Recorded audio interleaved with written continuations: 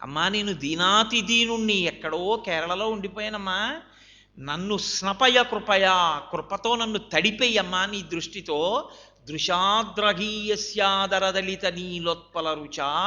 ఈ జగత్తు ఎంతవరకు ఉందని మనం ఊహించగలమో అంతకన్నా ఎక్కువ దూరం తన పిల్లల్ని తాను తడుముకుని చూసుకున్న తల్లిలా కళ్ళిలా తిప్పుతూ ఎప్పుడూ చూసుకునేటటువంటి వాత్సల్యమూర్తివైనవో జగదంబా, నీ అనుగ్రహ కటాక్షము చేత నన్ను తడిపేయమ్మా, దీనంగా ఉండిపోయాను. మామపి శివే, మాం అపి, నన్ను కూడా అంటారు. నన్ను కూడా అనడానికి శంకరులు నిజంగా అంతటి దయనీయమైన స్థితిలో ఉన్నవారా? కాదు. అయ్యో నువ్వు అలా ఉన్నావురా, చదువుకోరా అంటే వీడు చదువుకోడని మామపి అని నేనే అంటే, వాడు మామపి అంటే అప్పుడు అమ్మవారి కటాక్షం అవతల వారి మీద పడుతుందని తన మీద పెట్టుకుని మాం అపి, నా మీద కూడా అని శ్లోకరచన చేసినటువంటి మహాపురుషుడు. దానికోసం కిందకి దిగొచ్చారు. శంకరాచార్యుల వారు దిగొచ్చినట్టుగా ఏ గురువు కిందకి దిగి రాలేదు. ఆకాశం ఆయనకి పైన హద్దు, పాతాళం కింద హద్దు. ఈ మధ్యలోకి రావాలేమో కానీ శంకరాచార్యుల వారి కన్నా కిందకెళ్ళలేరు, శంకరాచార్యుల వారి కన్నా పైకెళ్ళలేరు. అహం బ్రహ్మాస్మి అన్న శంకర భగవత్పాదులకే చెల్లు. పశుమాం సర్వజ్ఞ ప్రతిత కృపయా పలయ విభో. ఈశ్వరా నేను పశువుని, నువ్వు పశుపతివి, చాలదా మనకి సంబంధం అని అడిగినా శంకరాచార్యుల వారికే చెల్లు. అంతటి మహానుభావుడు ఈ భరతఖండమంతా పాదచారి అయి పర్యటించారు. దేని కొరకు? కేవలం కారుణ్యమూర్తి. ఆనాడు శంభుమూర్తిగా కూర్చుంటే కొద్దిమందికి అందింది. ఇవాళ అలా మౌనవ్యాఖ్య చేస్తే అందుకోగలిగిన స్థితిలో లేరు. అందుకని ఆయన భారతదేశమంతా పర్యటించారు, పీఠస్థాపన చేశారు.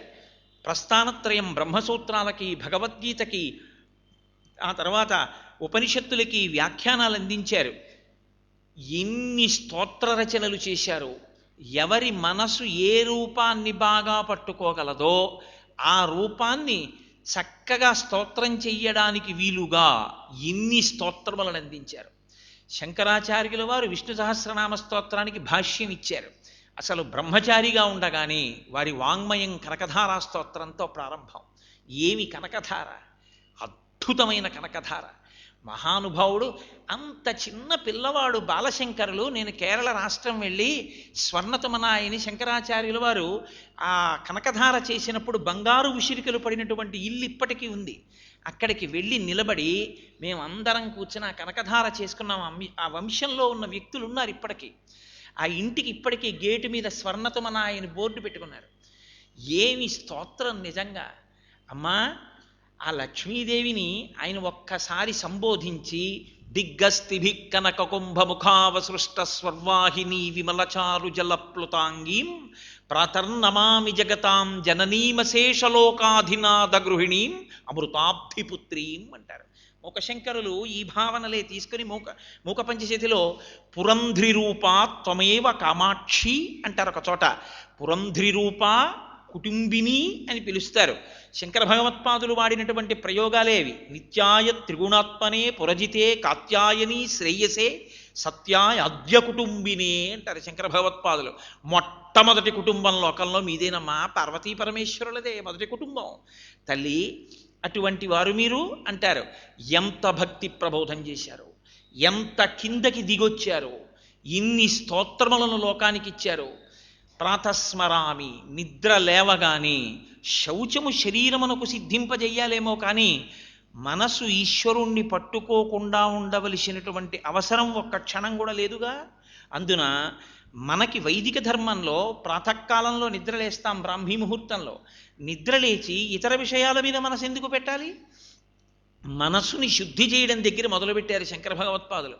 ప్రాతస్మరామి పరమేశ్వర బాహుదండాన్ ఖట్వాంగశూల హరిణాహ పినాకయుక్తాన్ గౌరీ కపోల కుచరంజిత పత్ర రేఖాన్ సౌవర్ణ కంకణ మణిద్యుతి భాసమానాన్. ఏమి శంకరులండి! ఏమి దర్శనం మహానుభావుడిది! పరమశివ, మీ చేతిని నేను మనసులో స్మరిస్తున్నాను. ఏమా చెయ్య ఎటువంటిది? ప్రాతస్మరామి పరమేశ్వర బాహుదండాన్ ఖట్వాంగశూల హరిణాహ పినాకయుక్తాన్. ఖట్వాంగము, శూలము మొదలైనవి పట్టుకున్నటువంటి చేతులు.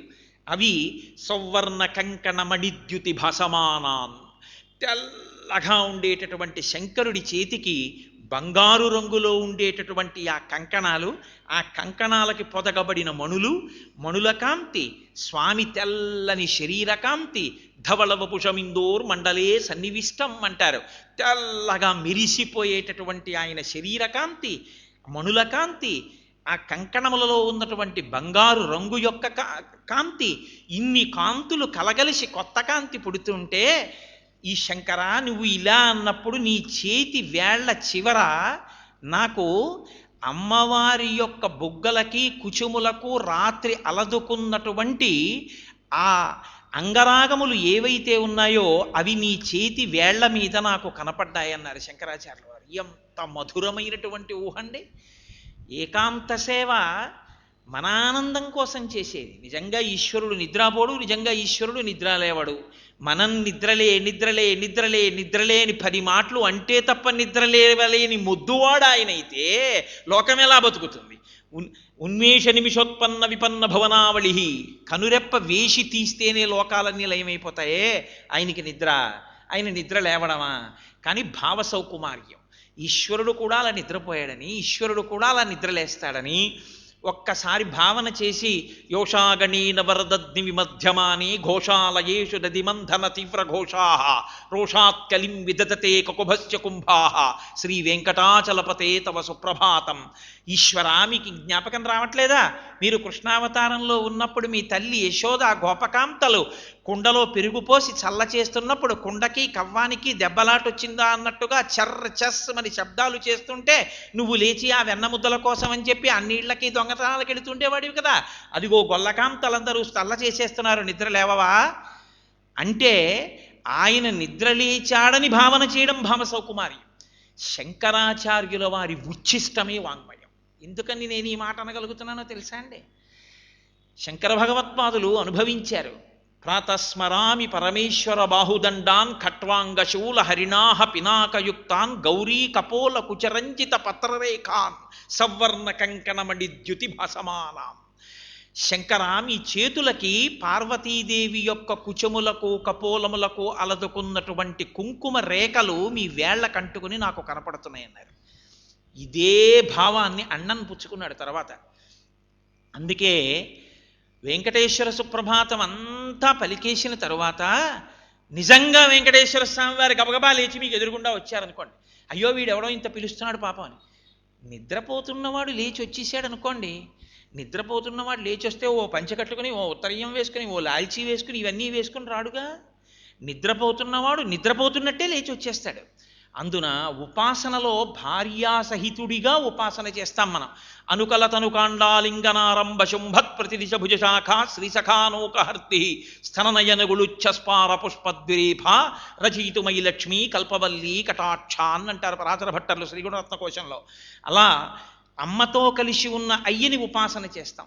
నిజంగా వెంకటేశ్వర స్వామి వారిని స్వామి రా రా రా రా లే లే లే అన్నాడు. ఆయన ఉండు ఉండు స్నానం చేసి వస్తాను, ఉత్తరీయం వేసుకొస్తాను, అన్ని ఆభరణాలన్నీ అలంకారం చేసుకొస్తానంటాడేమిటి? కొడుకు గబగబా వచ్చి తెల్లవారుజామున గౌతమి ఎక్స్ప్రెస్ దిగి నాన్నగారు కల్లోకి వస్తున్నారు, 3 రోజులుగా చూడాలనిపించింది, వచ్చానని చెప్పి తలుపు కొట్టి కొడుకు మాట వినపడింది. అమ్మా ఇంకా నాన్నగారు లేవలేదా, నాన్నగారు లేవలేదా అంటున్నాడు. తండ్రి గబగబా స్నానం చేసి ప్యాంటు షర్టు టకప్ చేసుకుని బయటికి వస్తాడా?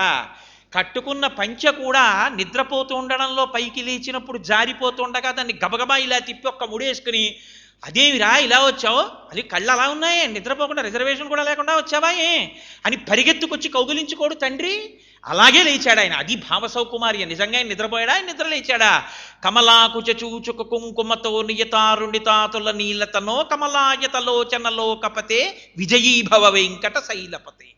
ఈశ్వర, రాత్రి లక్ష్మీదేవిని కౌగిలించుకొని పడుకున్నప్పుడు అమ్మవారి కుచములకు అలదబడినటువంటి ఆ కుంకుమ రేఖలు నీలతో యద మధ్యస్థ విద్యుల్లేకే భువాస్వర అన్నట్టు నల్లగా ఉన్నటువంటి నీ వక్షస్థలం మీద అమ్మవారిని కౌగిలించుకున్నప్పుడు ఆ కుంకుమ రేఖలు నీ వక్షస్థలానికి అంటుకుంటే స్ఫుటంగా నల్లటి ఒంటి మీద ఎర్రటి కుంకుమ రేఖలతో ఉత్తరీయం జారిపోయి నువ్వు బయటికి వస్తుంటే మా కనురాపు ఎక్కడ తగులుతుందో తండ్రి ఉత్తరీయం కప్పేసుకో కప్పేసుకో అని విజయీభవ వెంకట శైలపతే. రా రా అన్నవాడు విజయీభవ అని అదుపు తప్పిన ప్రేమతో ఆయనకు ఆశీర్వచనం చేస్తున్నాడు. ఇది భావసౌకుమార్యం, అనుభవించడంలో అందం. ఇది నేర్పినటువంటి మహాపురుషుడు శంకర భగవత్పాదులు లోకానికి. అసలు ఈ భావ సౌకుమార్యానికి అంకురారోపణం ఎక్కడ జరిగిందో తెలుసా అండి? మీరు ఎన్ని శ్లోకాలు నేను ఉదాహరణలు చూపించగలను, ఎన్నిటిలోనూ అసలు ఆయన ఒక్క మాట వేస్తే అబ్బా, అసలు ఈ మాట ఇలా ఎలా వేశారనిపిస్తుంది. ఒక్క మాట చెప్తారంతే, ఆ మాట వెనక ఎంత ఔన్నత్యాన్నో దాచిపెడతారు. రణేజిత్వా దైత్యానపహృత శిరస్త్రై కవచిభి అని నివృత్యై చండాంశస్త్రిపురహర నిర్మాల్య విముఖై. పార్వతీ పరమేశ్వరుల జీవితం అంటే, కుటుంబం అంటే ఎలా ఉంటుందో చూపిస్తారు ఆయన. అది భక్తి అంటే, అది అనుభవించడం అంటే. ఈశ్వర, ఆయన దర్శనం చెయ్యాలి అని పెద్ద కేక వేస్తూ లోపలికి వచ్చారు యుద్ధంలో జయించి. ఇంద్రుడు, ఉపేంద్రుడు అనగా వామనమూర్తి, శ్రీ మహావిష్ణువు ఇంద్రుడికి తమ్ముడుగా వామనమూర్తిగా వచ్చారు కాబట్టి ముందు ప్రోటోకాల్లో ఇంద్రుడిని చెప్పాలి కాబట్టి ఇంద్రుడు, సైన్యాధిపతి కాబట్టి సుబ్రహ్మణ్యుడు, ఉపేంద్రుడు ఇంద్రుడి తమ్ముడు కాబట్టి వామనమూర్తి. ఉపేంద్రుడు ముగ్గురు పరుగు పరుగున వచ్చారు. వాళ్ళకి ఏం కనపడిందంటారంటే శంకర భగవత్పాదుల సౌందర్యలహరిలో నివృత్యై చండాంశ స్త్రిపురహర నిర్మాల్య విముఖై. అది ఆయన భావనా సౌకుమార్యం. పరమశివుడు ఆయన తీసుకోవలసిన పదార్థాన్ని తీసేసుకున్నారంటే భోజనం అయిపోయింది, ఆ విస్తర అక్కడ ఉంది. పరమ ప్రేమతో ఆయన కొద్దిగా పదార్థాన్ని విడిచిపెట్టారు ఆ విస్తట్లో. అది ఎవరి కొరకు? పత్నీభాగము అని సాధారణంగా దాన్ని భార్య తింటుంది. అందున మహానుభావుడు నమశంభవే చ మయోభవే చ నమ శంకరాయ చ మయస్కరాయ చ నమ శివాయ చ శివతరాయ చ ఇప్పటి వరకు చెప్పారు కదా. అటువంటి మహాపురుషుడైన శంకరుడికి ఇల్లాలైన పార్వతీదేవికి చెందాలది. కానీ ఆవిడ తినదుట. ఎందుకని? ఆవిడికేం ఎంగిలిని విసుగా కాదు, ఆవిడ్ని మించిన ఇల్లాలు ఎక్కడుంది, పతివ్రత ఎక్కడుంది?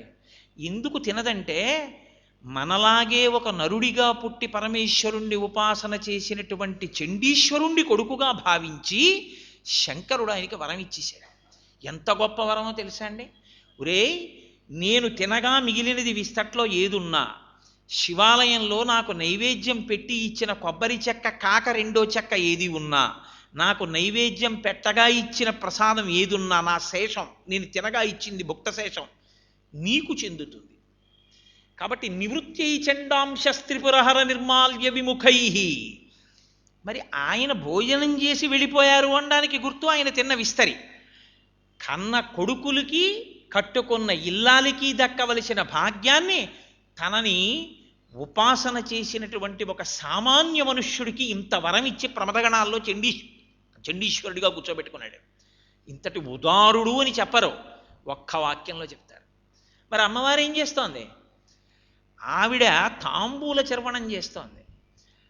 ఆవిడ తాంబూలం వేసుకుంది అంటే పతివ్రత లక్షణం.